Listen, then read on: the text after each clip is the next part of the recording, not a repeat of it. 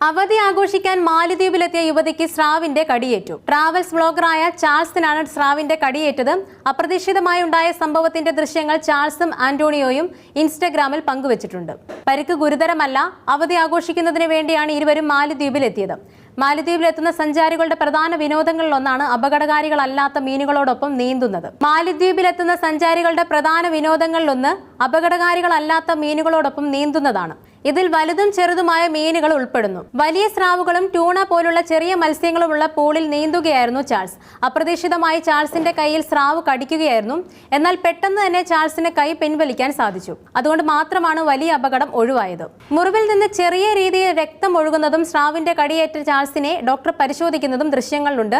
സംഭവത്തിന്റെ ദൃശ്യങ്ങൾ സമൂഹ മാധ്യമങ്ങളിൽ പ്രചരിച്ചതോടെ നിരവധി പേരാണ് പോസ്റ്റിൽ കമന്റുമായി എത്തിയത്. ചാൾസ് അറിഞ്ഞുകൊണ്ട് കൈ സ്രാവിന്റെ വായിൽ ഇട്ടതാണ്. ഭാഗ്യവശാൽ രക്ഷപ്പെട്ടു. കൈ ഇപ്പോൾ പോയേനെ എന്നിങ്ങനെയുള്ള ചില കമന്റുകൾ ചില കാര്യങ്ങളിൽ വ്യക്തത വരുത്തുന്നു. ചാൾസ് അറിഞ്ഞുകൊണ്ട് അവളുടെ കൈ സ്രാവിന്റെ വായിൽ ഇട്ടതല്ല. ദൃശ്യങ്ങളിൽ അങ്ങനെ തോന്നിക്കുന്നതാണ്. ചാൾസിന്റെ കൈ ചെറിയ ട്യൂണ മത്സ്യമാണെന്ന് തെറ്റിദ്ധരിച്ചാണ് സ്രാവ് കടിക്കാൻ ശ്രമിച്ചത്. ട്യൂണയല്ല എന്ന് തിരിച്ചറിഞ്ഞതോടെ പെട്ടെന്ന് തന്നെ അത് പിന്മാറുകയും ചെയ്തു എന്നാണ് ഇൻസ്റ്റഗ്രാം പോസ്റ്റിൽ എഴുതിയിരിക്കുന്നത്.